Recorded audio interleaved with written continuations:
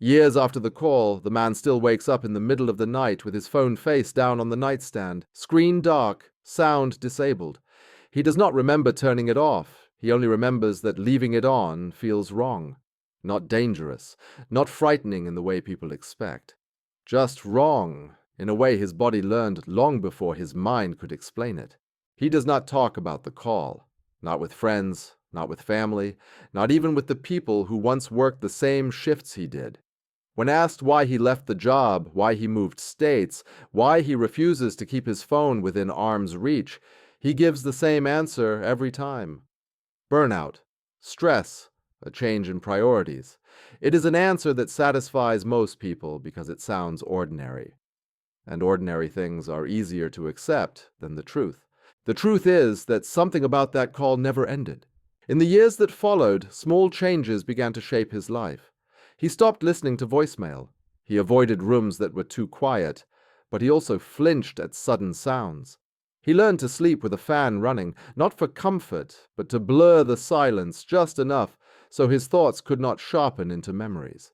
His relationships became shorter, his patience thinner, not because he was angry, but because a part of him was always listening for something that never came. Medical evaluations showed nothing remarkable, no diagnosed trauma, no documented episodes that required intervention. On paper, he adjusted well. He held jobs, paid bills, showed up when expected. If anyone had looked closely, they would have seen a man functioning exactly as designed by the system that trained him. But the system never measured what lingered. What stayed with him was not an image, not a scene replayed in his head. It was a sound, or rather, the absence of the sound he expected to hear. He had answered thousands of emergency calls before that night. He knew the patterns: panic, confusion, raised voices, breathing that came too fast or not fast enough. Even in chaos, there was a rhythm to human fear. The voice on the other end of the line always gave itself away eventually. This one did not. Long after he left the job, he would find himself thinking about the first few seconds of the call. How calm it was, how measured, how strangely deliberate. The voice did not rush. It did not stumble. It did not sound like someone calling for help. It sounded like someone reporting something they had already accepted. That detail alone would have been unsettling, but it was what followed that made it impossible to forget. After the call ended, procedures were followed exactly as they should have been. Logs were completed. Data was stored. The recording was archived. There was no immediate indication that anything unusual had occurred. No alarms, no emergency briefings, no outside attention. For several hours, the call existed as just another entry in a system built to absorb thousands of them every day. Then the message came down. It was not formal. It did not arrive through official channels. There was no memo attached, no legal citation, no clear authority named.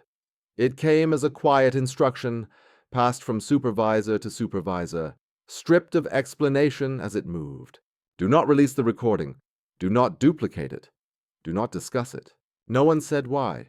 There was no request from a family, no active investigation made public, no court order anyone could point to later. The call was not erased, but it was sealed off, treated as something that should remain untouched. For the man who had taken it, this was the moment the unease truly began, because systems do not behave that way without a reason. In the weeks that followed, he tried to convince himself that he was reading too much into it. Classified material existed, sensitive calls happened. He had seen it before, but this felt different, not urgent, not reactive, almost preventative.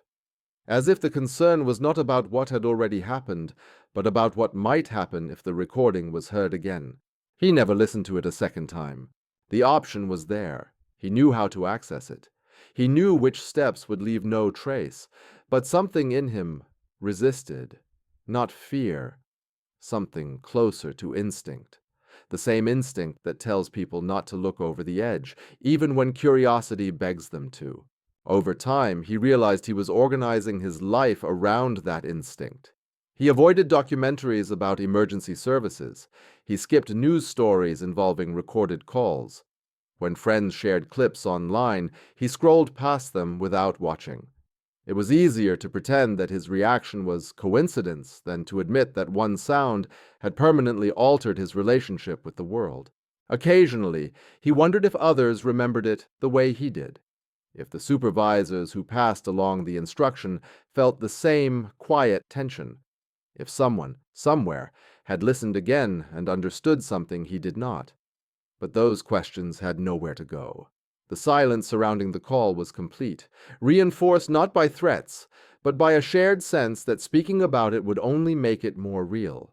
Years later, when people talk about transparency, about accountability, about how every emergency call exists to protect the public, he listens without comment. He knows that most of the time that is true. He also knows that sometimes a call is treated not as evidence, but as a liability, because there are sounds that systems are not designed to contain, and there are moments when the safest response is not action, but containment. The call was routine. At least, that is how it was logged. No unusual codes, no flagged language, nothing that would have drawn attention from the outside. And yet, something about it crossed a line that was never officially acknowledged. What that line was remains unclear, but the man who heard it has spent years living with the sense that whatever spoke on the other end of that call was never meant to be heard by anyone else. And that raises a question the system never answered. What could be so ordinary on the surface, and yet so unsettling beneath it, that the safest decision was to classify it and pretend it never existed? He was not new to the job when the call came in. By the time he took that shift, he had already spent more than a decade inside emergency communications. He had worked in multiple jurisdictions, trained under different supervisors, and adapted to more than one system upgrade. His performance reviews were consistent. Calm under pressure, methodical, reliable. He was the kind of operator supervisors trusted with overnight shifts, when staffing was thin and mistakes were harder to correct. He did not start his career chasing adrenaline. In fact, he was known for the opposite. He believed that panic was contagious, and his role was to contain it. He spoke evenly. He followed protocol. He asked the same questions in the same order, no matter who was on the line. Location, nature of the emergency, immediate danger, breathing, consciousness. He did not improvise unless necessary, and he rarely had to. Colleagues described him as disciplined, not dramatic.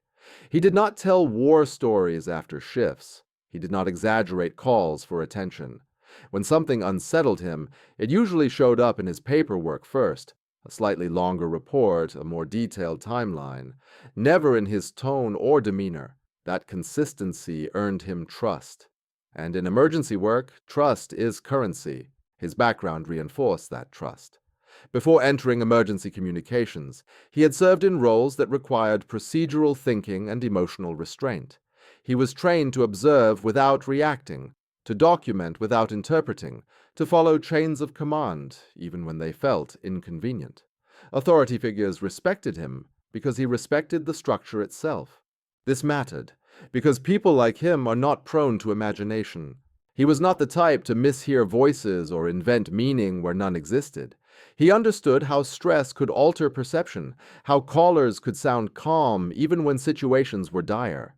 He had encountered manipulation, deception, and confusion countless times before.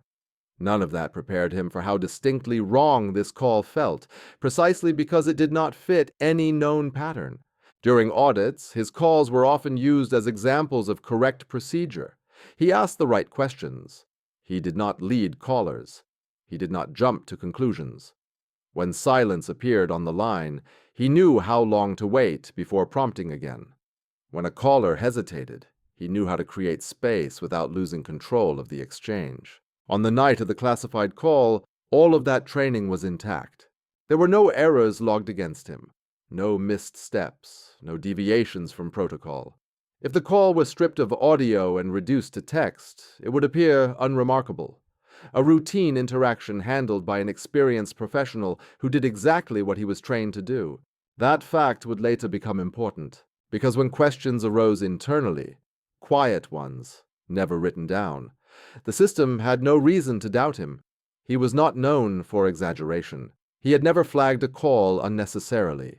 He had never requested reassignment due to discomfort.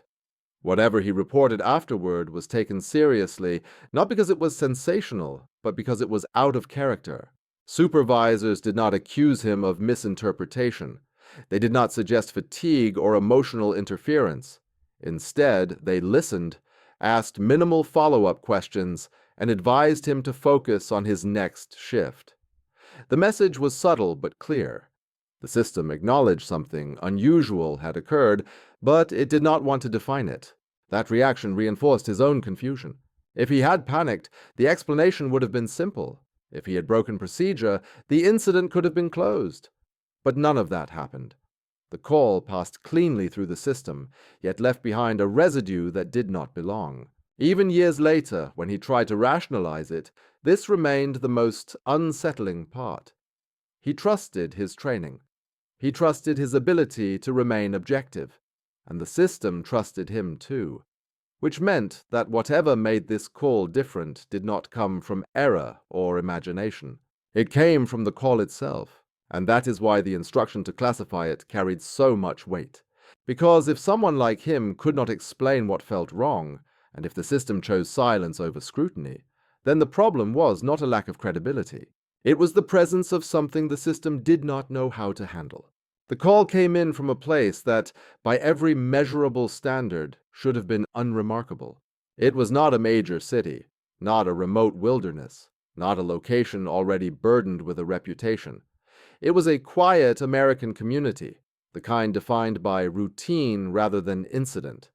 Residential streets, familiar intersections, a population accustomed to predictable nights and uneventful mornings. The kind of place emergency services existed for, but were rarely tested by anything beyond the expected. The time of the call mattered too. It was late, but not so late that activity had fully disappeared. A transitional hour, when some people were still awake and others had already settled into sleep.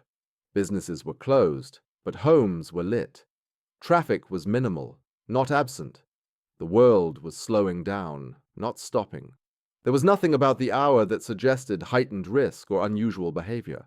Weather reports from that night showed no anomalies, no storms, no extreme temperatures, no environmental factors that could interfere with perception or communication. Visibility was clear.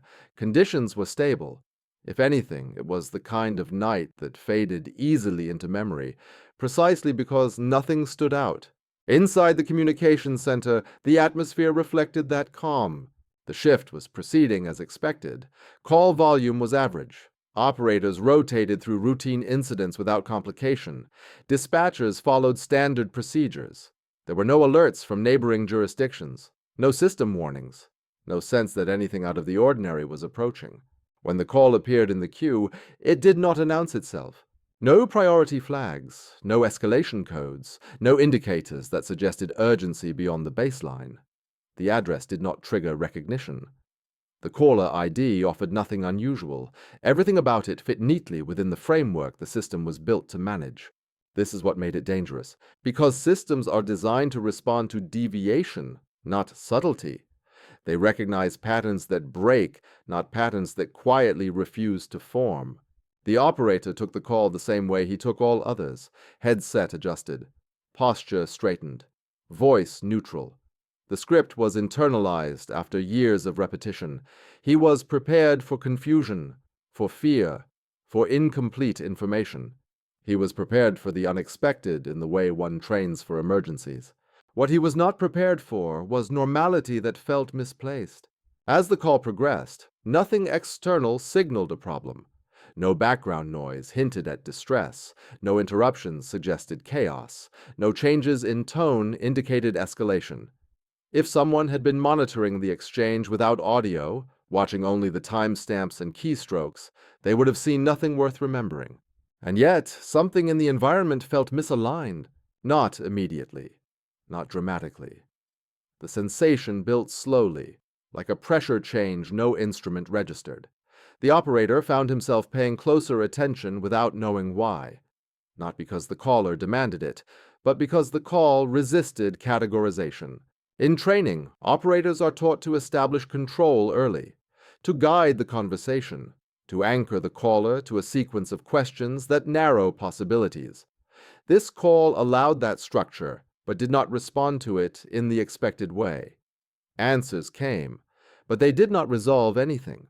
They did not move the situation forward. They simply existed. Outside the center, the town remained unchanged. No sirens cut through the air. No neighbors were disturbed. No reports followed in the immediate aftermath.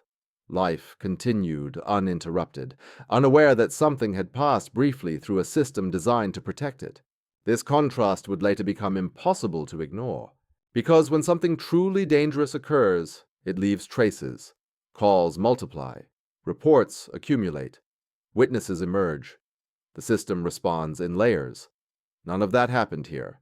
The call entered the system alone, and it left behind no visible impact.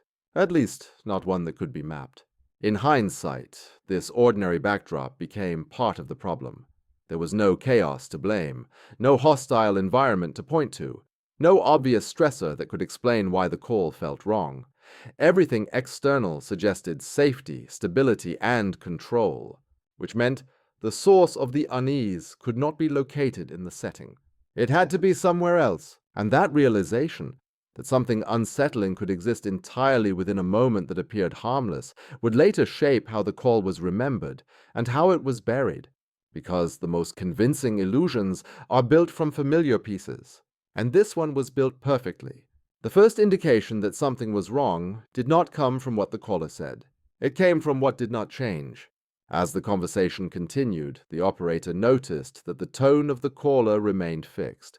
Not calm in a reassuring way, and not detached in a clinical one.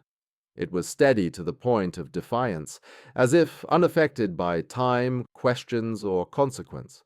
Most callers shift as reality sets in. Voices rise, crack, hesitate, or rush.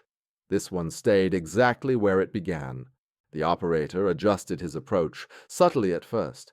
He repeated questions in slightly different ways. He introduced pauses, allowing space for urgency to surface. He listened for environmental cues, distant sounds, movement, interference. There were none. The line was clean, too clean.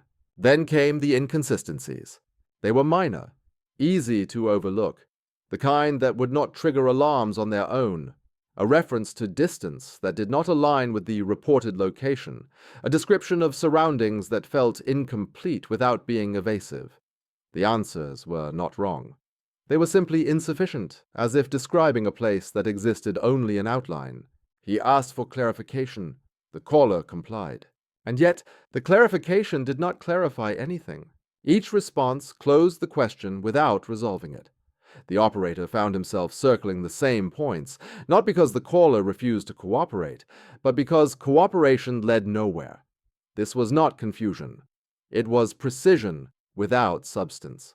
Another detail emerged slowly, the absence of emotional leakage. In high-stress situations, even the calmest individuals betray themselves in small ways. Breathing shifts, micro-pauses appear. There is friction between what they feel and what they say. Here, there was no friction at all. The voice remained smooth, measured, unaffected by the gravity implied by the call itself. The operator felt a subtle tension in his chest, the kind that precedes conscious concern, not fear, not alarm.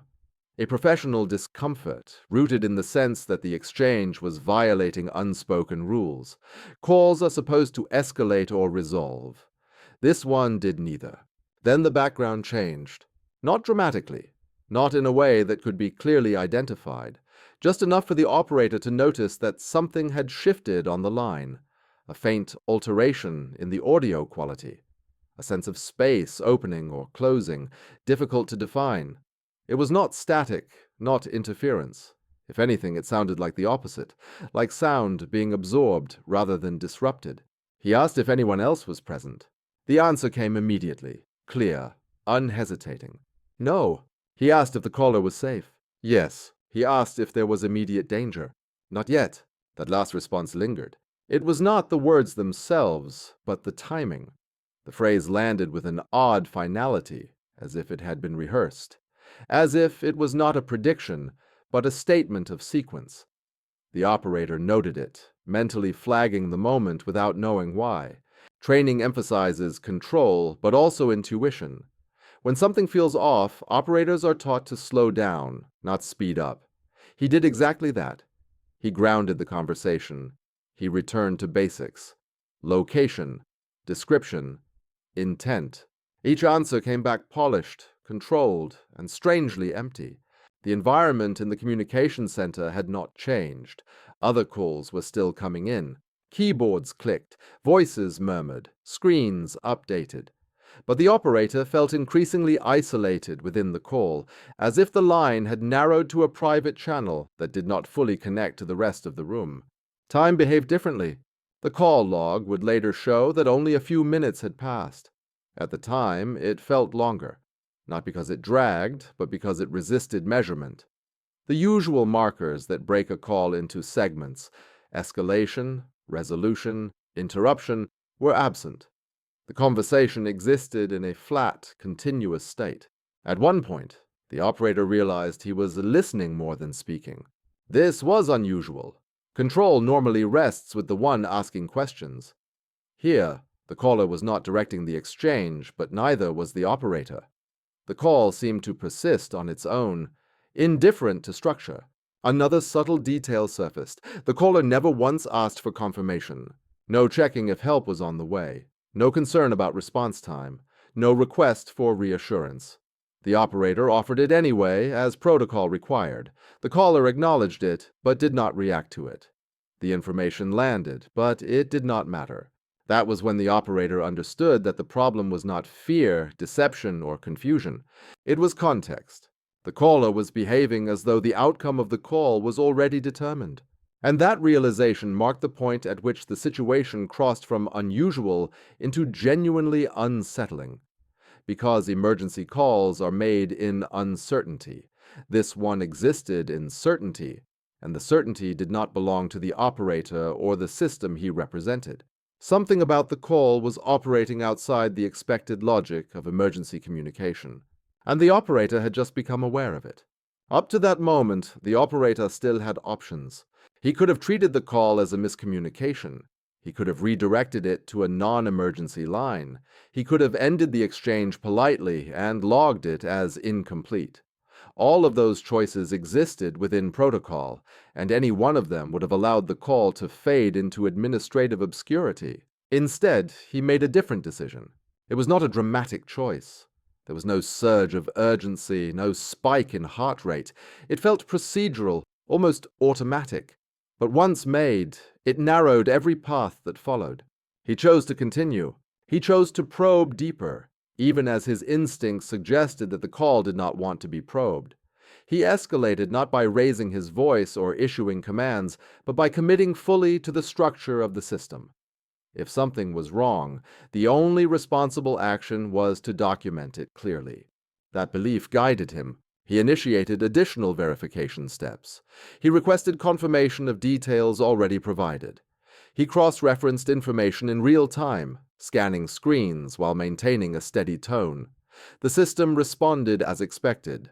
Databases returned standard results. Nothing flagged, nothing objected. The call remained cooperative. This cooperation was in itself a problem. When callers resist, systems push back. When callers panic, systems compensate. But when callers comply perfectly while revealing nothing of substance, systems lose leverage. The operator felt that shift as a subtle loss of control, not because the caller challenged him, but because the conversation refused to deepen.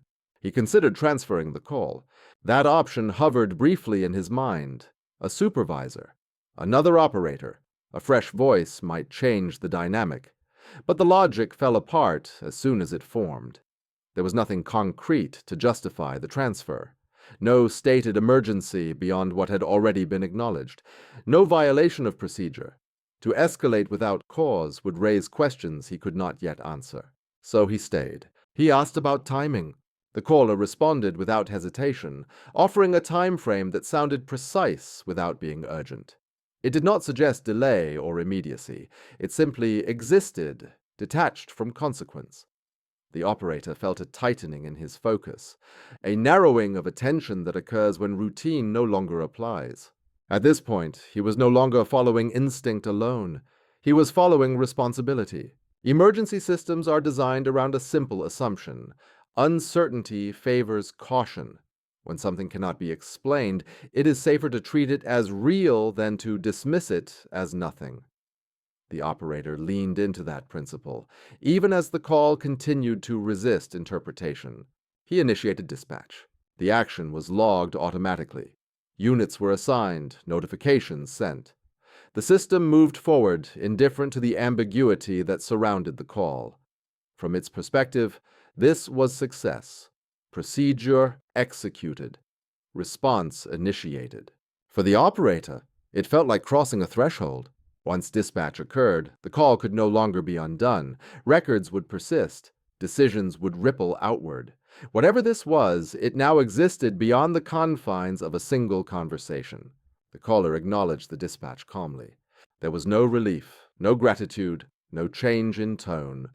The information was received, processed, and set aside as though it confirmed something already known. That was the moment the operator understood that he had committed to something he did not fully understand. The call did not end immediately after that. It lingered.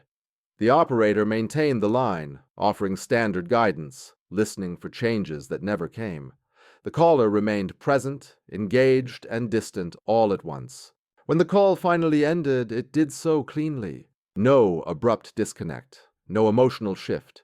Just a conclusion that felt less like an ending and more like a release. The line went dead, and the room around the operator reasserted itself. Screens, voices, movement. The normal world resumed without hesitation, but the operator did not. He sat still for several seconds, headset on, staring at data that suddenly felt insufficient. He had followed protocol. He had made the responsible choice. And yet, something about the exchange suggested that the outcome had been set long before he ever answered the call. He documented everything carefully, because whatever he had just participated in could no longer be classified as routine. And whatever it was, it had already moved beyond his control. The shift from routine to something else did not announce itself with a single moment. It unfolded gradually, almost politely, as if the call were allowing the operator time to adjust to a different set of rules. Once dispatch was initiated, the call should have entered a familiar phase.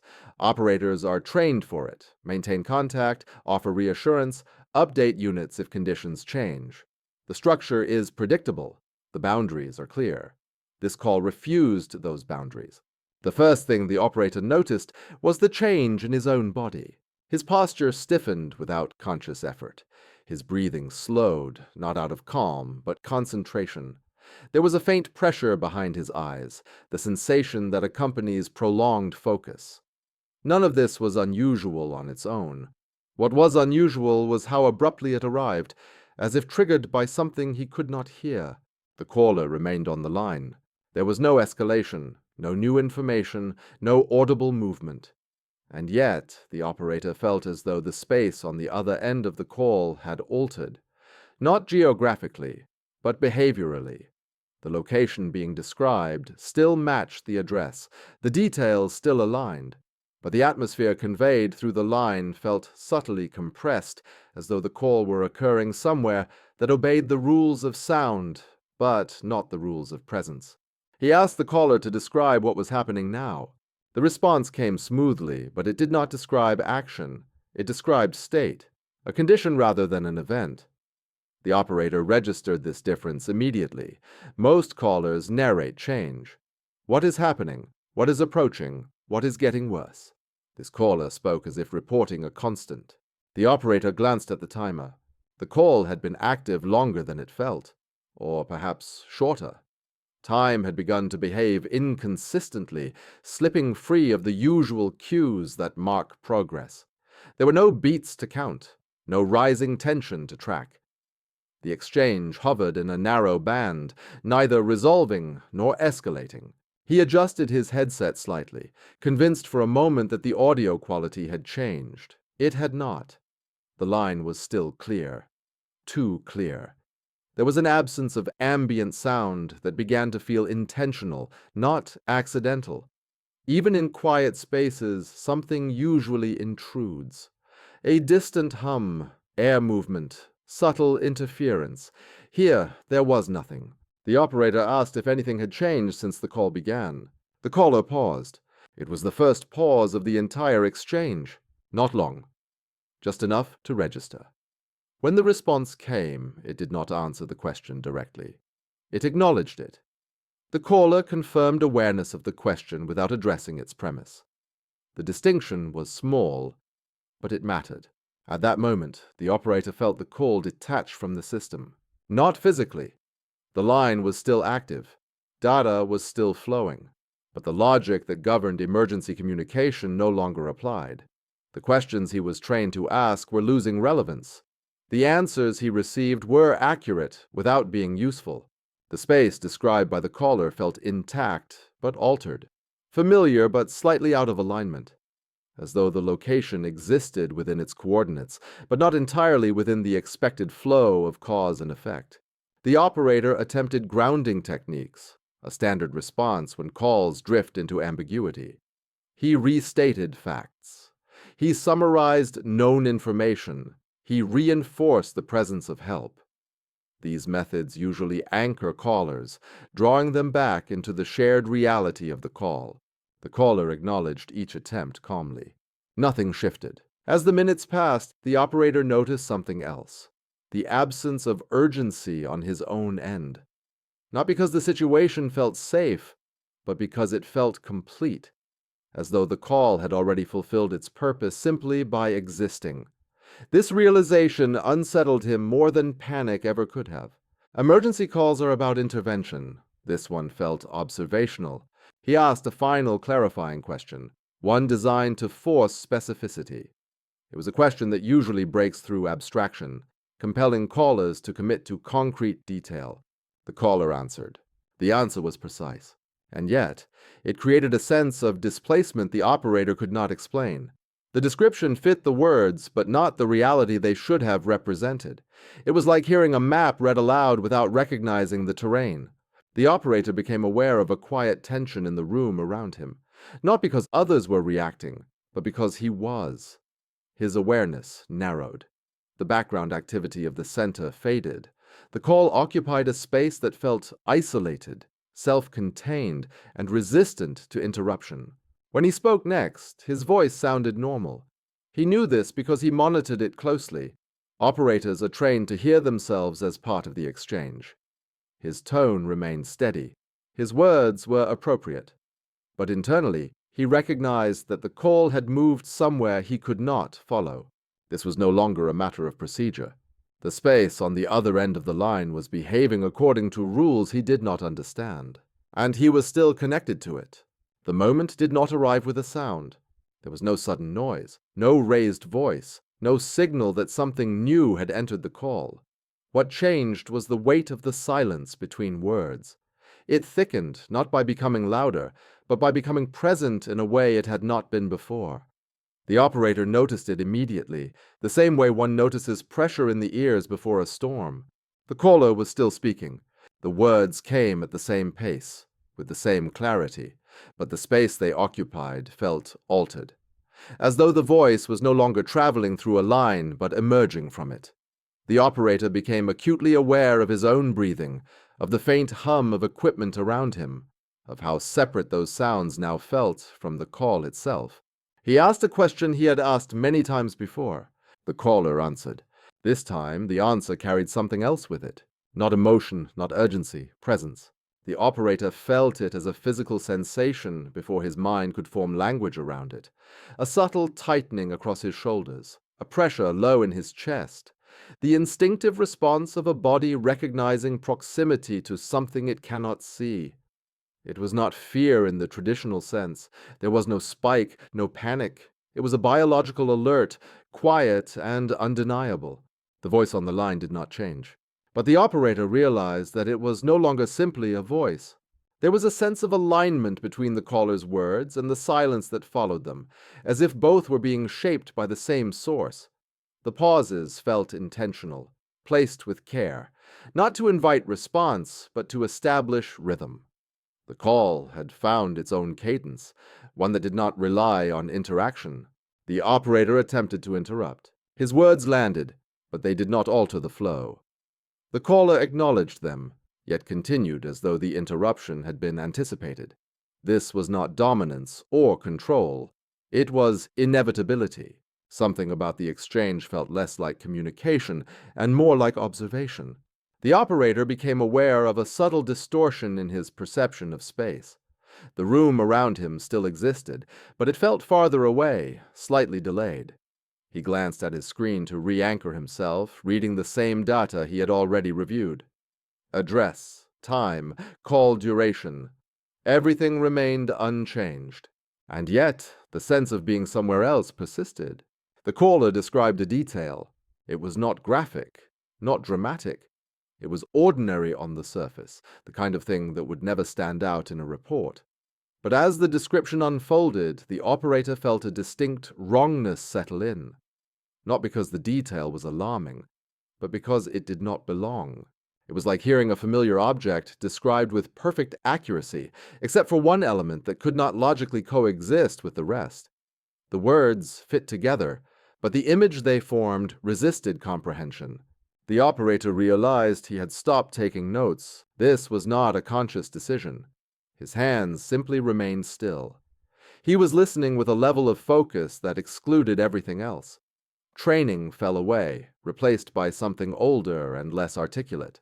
Attention without analysis, awareness without interpretation. The caller continued. At no point did they acknowledge the strangeness of what they were describing. There was no emphasis, no pause to allow reaction. The information was delivered as fact, neutral and complete. The operator understood then that the call was not seeking response. It was transmitting. A wave of cold passed through him, not physically, but perceptually. The sensation that accompanies sudden understanding without explanation. The operator became certain of one thing, even though he could not explain why. The voice on the line was not reacting to the situation. It was reporting it from within. That realization marked the true point of no return. He asked where the caller was positioned. The answer came immediately, and with it, a sensation of spatial collapse. The distance implied by the call, miles of wire, infrastructure, systems, felt irrelevant. The operator had the distinct impression that whatever the caller was experiencing was not confined to the location they had provided. It was adjacent. The operator felt a tightening in his throat, the first involuntary reaction of the call. His voice remained steady when he spoke, but he noticed the effort it required. The caller did not respond to that effort. They continued, unbroken. There was a moment, brief, precise, when the operator became aware of something else on the line. Not another voice, not a sound. A presence defined entirely by its effect on the silence around it. The absence of background noise, once merely unusual, now felt structured, as though sound was being displaced rather than absent. The operator had the fleeting thought that if something were to speak now, there would be no space for it to do so. He resisted the urge to remove his headset. That urge surprised him. Operators do not abandon calls. The impulse was not rational. It came from the same place as the tightening in his chest and the stillness in his hands. A part of him recognized that continuing to listen carried a cost he could not measure. The caller paused. For the first time, the silence did not feel empty. It felt occupied. The operator did not fill it. Neither did the caller. Seconds passed. The call log would later show nothing remarkable about this interval. To the operator, it felt suspended, held in place by something that did not require sound to assert itself. When the caller spoke again, the voice was unchanged. But the operator understood then that whatever had been present during the pause had not left. The caller acknowledged the operator by role, not by name. The phrasing was correct, but unexpected. It carried the implication of awareness beyond the exchange itself. Not familiarity, recognition. That was when the operator felt the last of his professional detachment slip. He was no longer evaluating a call. He was participating in an event, The realization brought with it a profound sense of misalignment, as though the call had pierced a boundary that emergency systems were never designed to approach. The operator understood that whatever was unfolding did not require his consent or cooperation. The call was not asking permission to exist. It simply did. And the most unsettling part was the certainty that the call had achieved its purpose the moment he answered it. Whatever needed to be heard had already been heard. Whatever needed to be connected had already connected. When the caller spoke their final words, they did so without urgency or resolution. The statement landed with the quiet finality of a conclusion that did not depend on agreement. The line went dead. The operator did not move. He remained seated, headset still in place, aware of his own heartbeat, aware of the room returning in fragments. Screens refreshed, voices overlapped. A colleague laughed at something unrelated. The world resumed its ordinary rhythm without acknowledging what had just passed through it. But the operator knew that something had crossed a threshold, not into the room, into the system. And once something like that is allowed to exist within a system, it does not disappear simply because the call has ended. The system responded the way it always does. Once the call ended, processes continued without interruption.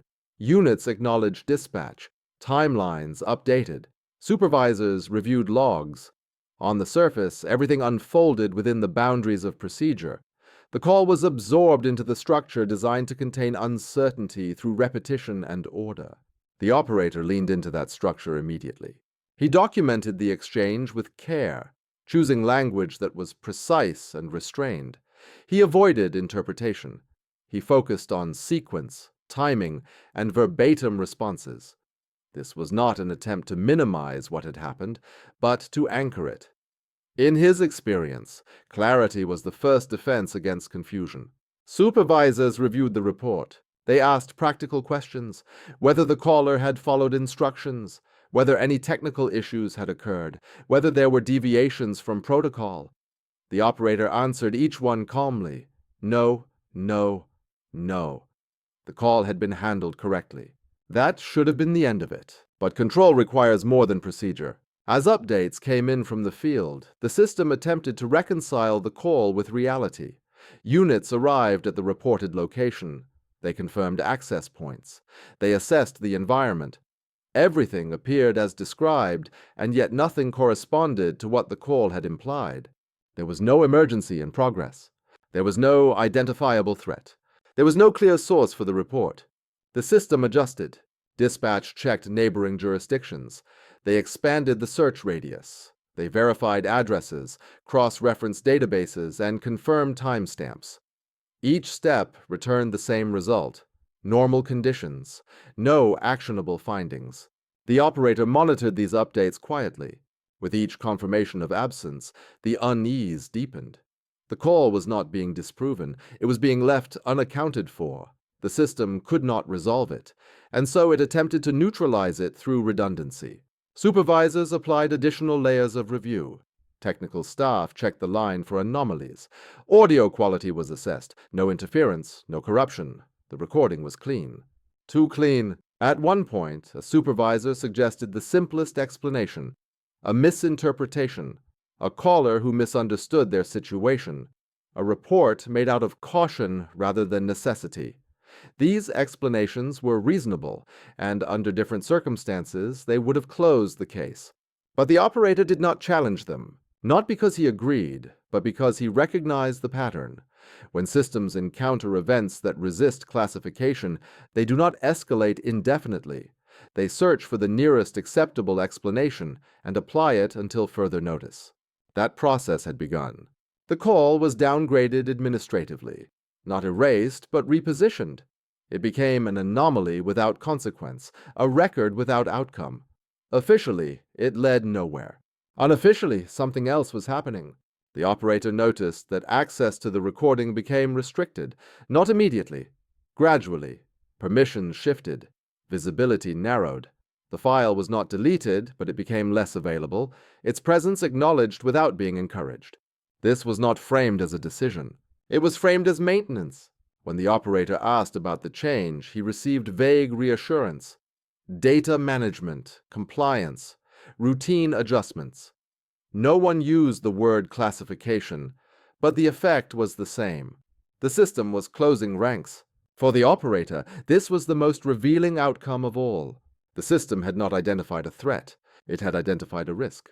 Not a risk to public safety, but to internal coherence. The call did not fit. It resisted closure. It created questions that could not be answered within existing frameworks. So the system did what systems do when they encounter something they cannot process. It reduced exposure. By the end of the shift, the operator understood that whatever control he had hoped to exert through documentation and diligence was no longer relevant. The call had passed beyond individual handling. And yet, it had not been dismissed.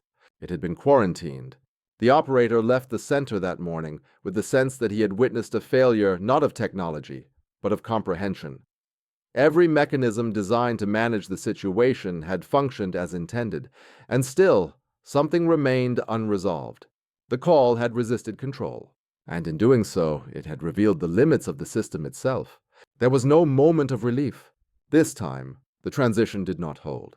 He left the communication center and stepped into the early morning air. The streets were quiet. Traffic lights cycled without urgency. The city looked exactly as it always had at that hour. Nothing in the environment reflected the weight of what had just occurred. That should have been reassuring. Instead, it felt incomplete. He drove home without turning on the radio. Not because he needed silence, but because sound felt intrusive. Each unexpected noise pulled at his attention, as though the call had sharpened his awareness of auditory space. He found himself listening not to what he could hear, but to what he could not. Sleep came late and without rest. When it did, it brought no images, no replay of events, just a lingering sense of proximity, as if something unresolved remained too close to be named. He woke with the impression that the night had not fully released him. In the days that followed, life continued outwardly unchanged. He returned to work. He took calls. He followed protocol. To anyone observing him, nothing about his behavior suggested disruption. He performed his role competently, without hesitation or error. But the call stayed with him in a way that did not resemble memory. It did not intrude as a flashback. It did not surface as anxiety or fear. It existed as a background condition, a subtle recalibration of how he experienced ordinary things. Silence felt heavier. Pauses in conversation carried unintended weight. The absence of sound became something he noticed, not something he passed through. He avoided discussing the call, not because he had been instructed to, at least not yet. The impulse came from somewhere else, an intuition that revisiting the details aloud would do more than recall them. It would extend them. The call had already reached beyond its end point once. He was not eager to test whether it could do so again. Weeks passed. The system treated the incident as closed. No follow-up questions, no additional reviews.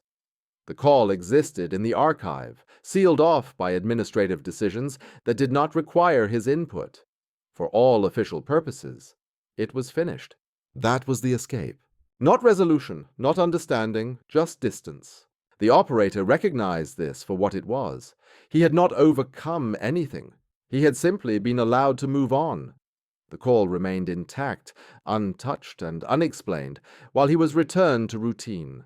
And yet routine no longer functioned the same way. He found himself checking the call queue more often, scanning entries with a heightened attentiveness. He listened closely to voices, measuring them against a pattern he could not articulate. Most calls fit easily into place. A few lingered longer than they should have. None matched that one. That absence did not reassure him. It suggested that the call had not been an anomaly within a category. It had been its own category. Eventually, he requested a schedule change. Fewer night shifts. Less time in the quiet hours when calls stretched and silence had room to expand. The request was approved without comment. No one asked why. This, too, was part of the escape. The system did not push him out.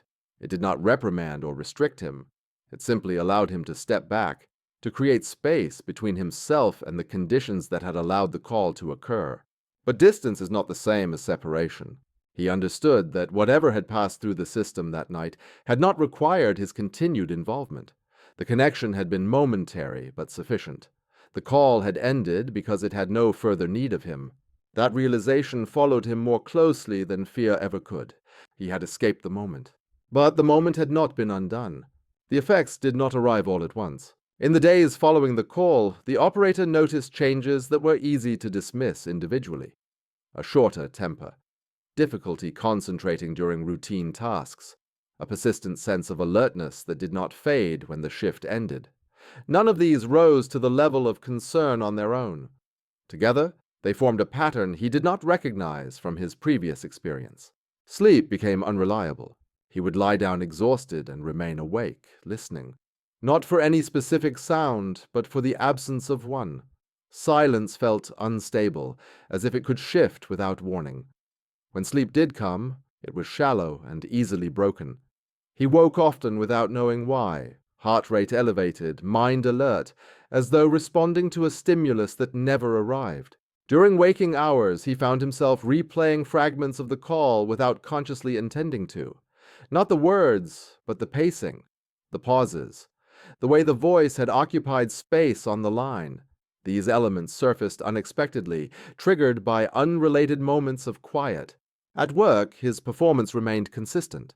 Supervisors noted no decline. Calls were handled correctly. Reports were filed on time. If anything, his attention to detail increased. He double-checked entries, verified information more thoroughly, and adhered closely to protocol. On paper, he was improving. Internally, something had shifted. He became acutely aware of how thin the boundary was between structure and uncertainty. The system he worked within relied on assumptions that had always felt solid. Now he saw them as provisional, effective most of the time, but not absolute. This awareness did not undermine his confidence. It altered it. He began to notice how often the system resolved situations by categorization rather than understanding, how frequently ambiguity was managed by containment rather than exploration. These observations did not make him cynical. They made him quiet. Colleagues noticed the change only in retrospect. He spoke less during downtime. He listened more. When conversations drifted toward unusual calls or strange incidents, he disengaged subtly, redirecting his attention elsewhere. Not out of fear, but out of a sense that certain topics invited more than discussion. Outside of work, the changes were more pronounced. He stopped answering his phone unless necessary. Missed calls no longer prompted immediate concern. Voicemail became something he avoided entirely.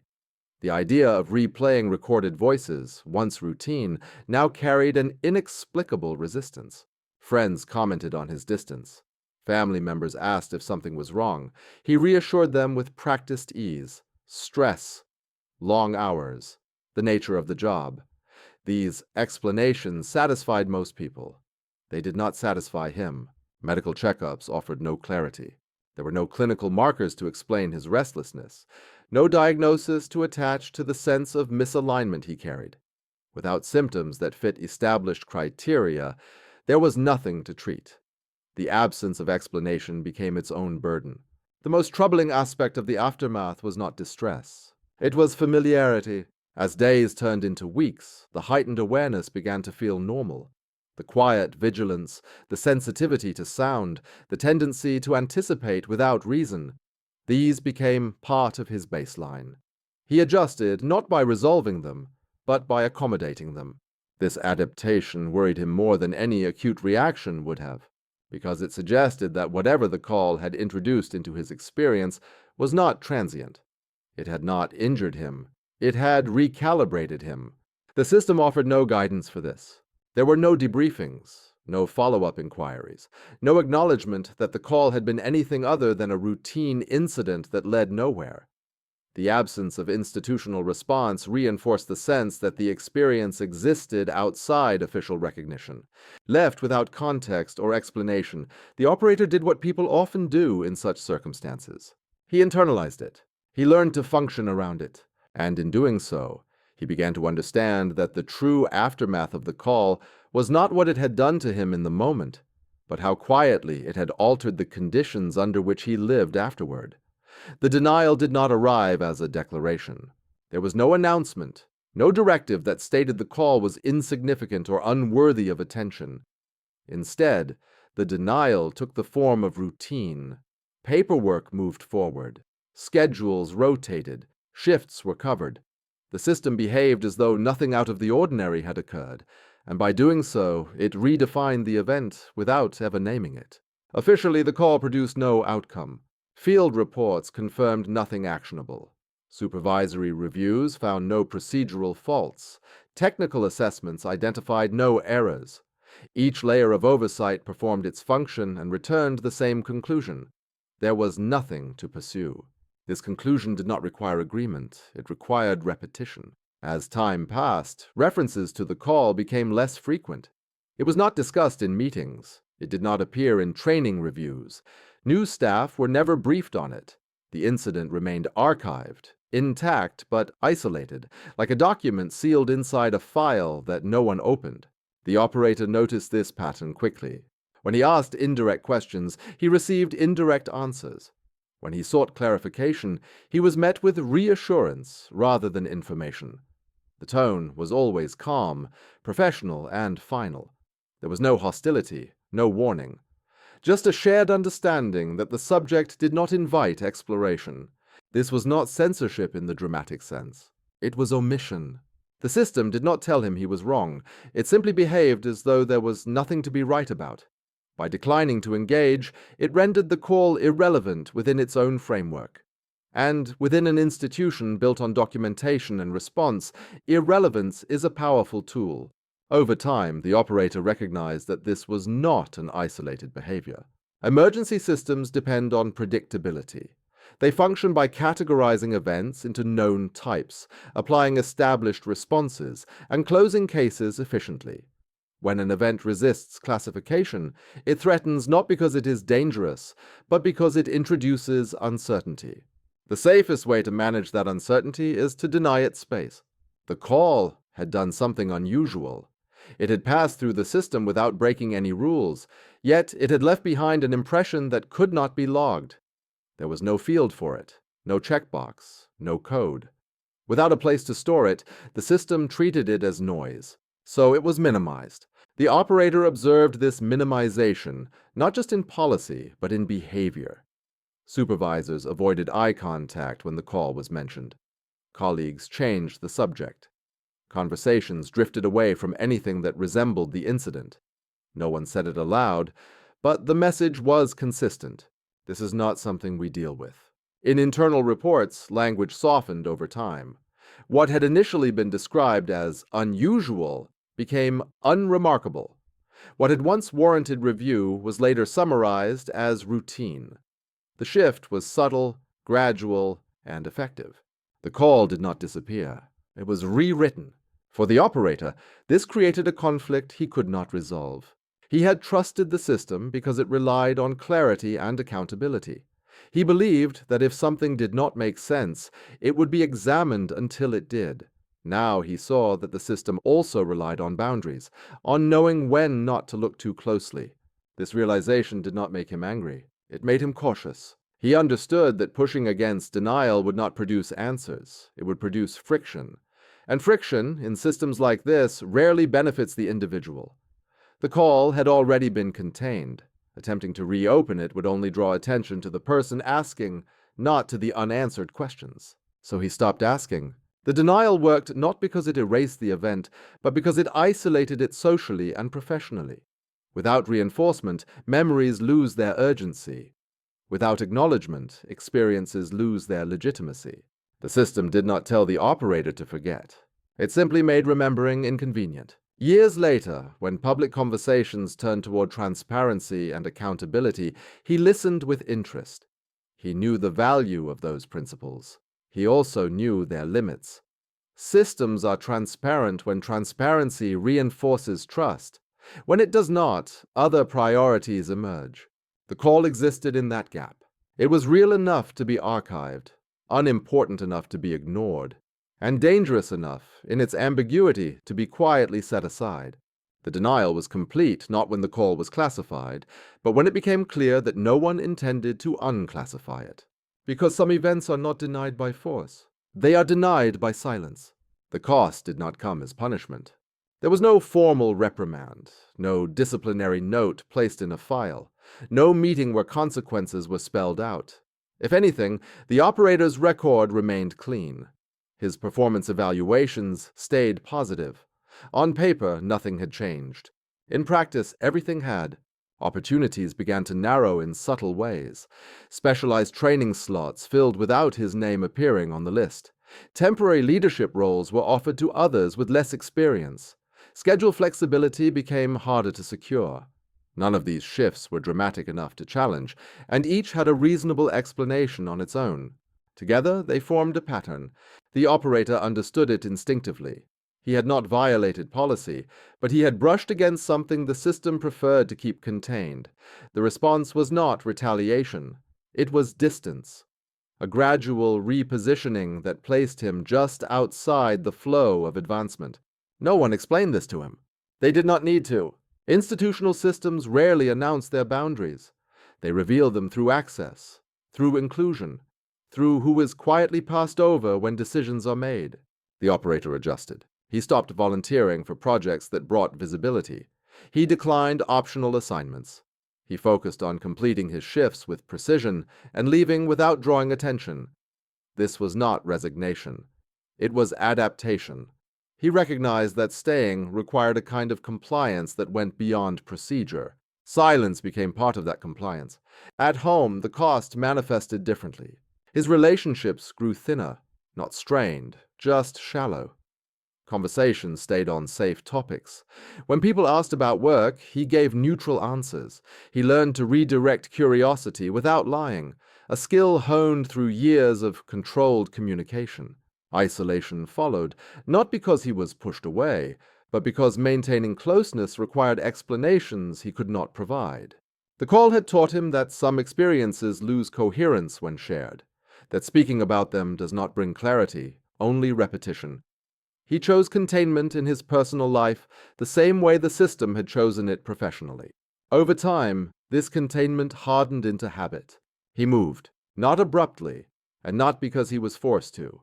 He transferred to a different jurisdiction, a different environment, one with fewer night shifts and less exposure to the conditions that had surrounded the call. The move was approved quickly, without resistance. It felt less like a solution and more like a quiet agreement. The system did not want him close to the call. He did not want to be reminded of it. Distance served both interests. Years passed. From the outside, his career appeared stable. He remained employed. He fulfilled his responsibilities. He avoided trouble. By conventional measures, he had done well. But the cost was cumulative. He no longer trusted systems the way he once had. Not because he believed them malicious, but because he had seen how easily they prioritized coherence over comprehension. He understood that institutions protect themselves first, not out of malice, but out of design.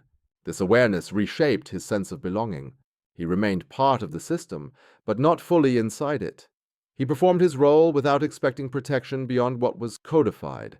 Loyalty, once implicit, became conditional. The most significant cost, however, was internal.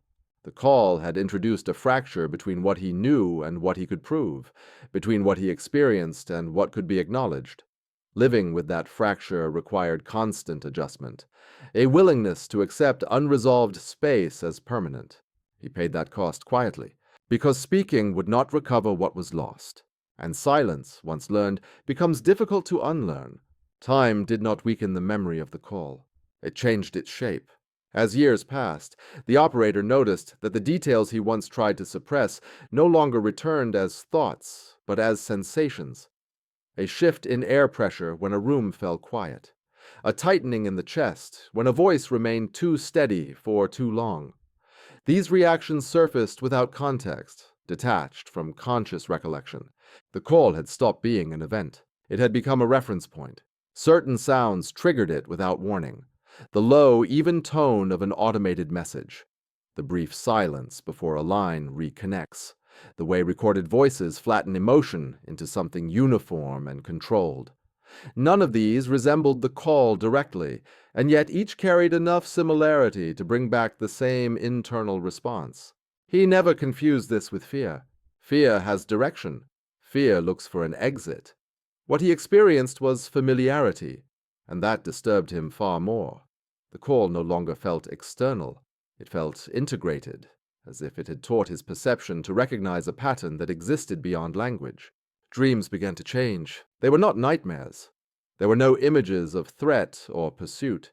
Instead, he dreamed of conversations that did not require participation, of listening without being addressed, of awareness without agency. He woke from these dreams not distressed, but unsettled, with the sense that something had continued while he slept.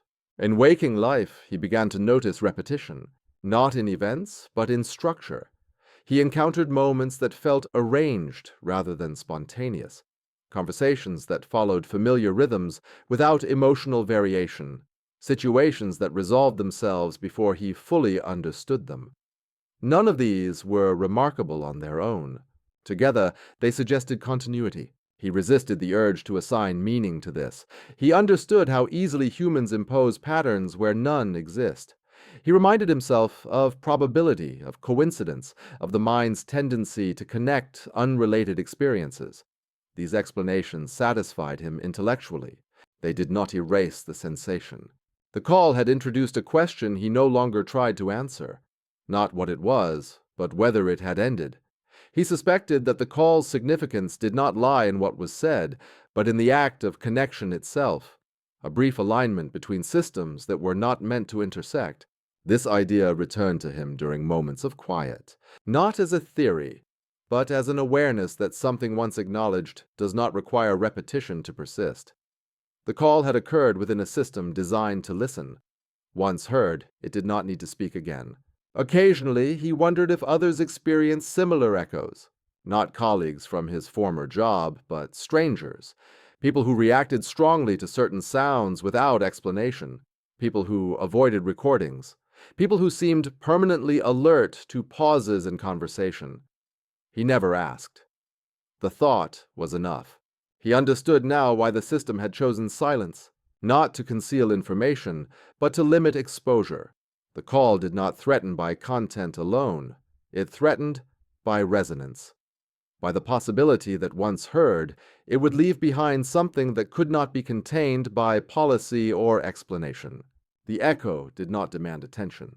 It simply remained. The operator accepted this as a condition of his life, the way people accept chronic changes that cannot be traced to a single cause. He adjusted his habits. He curated his environment. He avoided unnecessary recordings. He maintained distance from anything that resembled the conditions of the call. This did not bring relief. It brought stability. And stability, he had learned, was not the same as resolution. The echo persisted, not as a reminder of what had happened, but as a quiet confirmation that something had passed through his awareness and left a trace that time could not erase. He no longer tried to silence it. He listened. Years later, when the operator thinks about the call, he does not think about what was said. He thinks about what it did. The call did not disrupt the system. It did not expose corruption or trigger public outrage. It did not leave behind evidence that could be debated or disproven.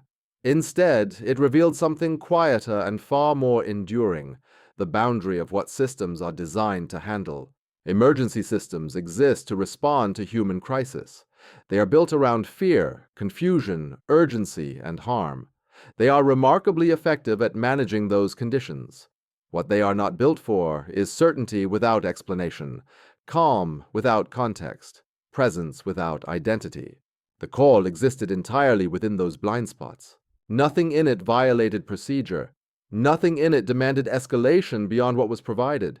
And yet it left behind a residue that could not be processed. The system did not fail. It functioned exactly as designed, and that design proved insufficient. This is why the call was classified, not because it contained forbidden information, but because it demonstrated a limitation. It showed that some events cannot be resolved by documentation, oversight, or transparency. They can only be isolated. The operator understands this now. He no longer wonders whether the call was real. Reality is not the question. The call existed. It was recorded. It passed through multiple layers of review. Its reality was never in dispute. What remains uncertain is its purpose. Emergency calls are made to summon response. This one did not seem to require it. Help was dispatched, procedures were followed, and nothing changed. The call achieved something without producing outcome, and that contradiction lingers. Perhaps the call was never about assistance. Perhaps it was about contact. The operator has learned not to pursue that line of thought too far, not because it frightens him, but because it leads nowhere useful. He has lived long enough with the echo to know that some questions do not ask to be answered. They ask to be carried. Occasionally, he imagines the recording still archived somewhere, stored in a system that acknowledges its existence without inviting access, a file that remains intact, not because it is dangerous, but because replaying it would extend the moment beyond its original boundaries. He suspects that whoever made the decision to classify it understood this instinctively. Once a sound is heard, it cannot be unheard. Once a presence is acknowledged, it does not require repetition to remain present. The call did not need to be released to affect those who encountered it. It had already done its work. It had aligned something briefly, precisely, and then withdrawn, leaving behind only the awareness that alignment was possible. This is what the operator lives with now. Not fear, not belief. Awareness, the knowledge that systems built to protect and explain cannot account for everything they encounter. That some calls are not meant to be resolved, investigated, or shared. They are meant to pass through, and if that is true, then the question is no longer why the call was classified.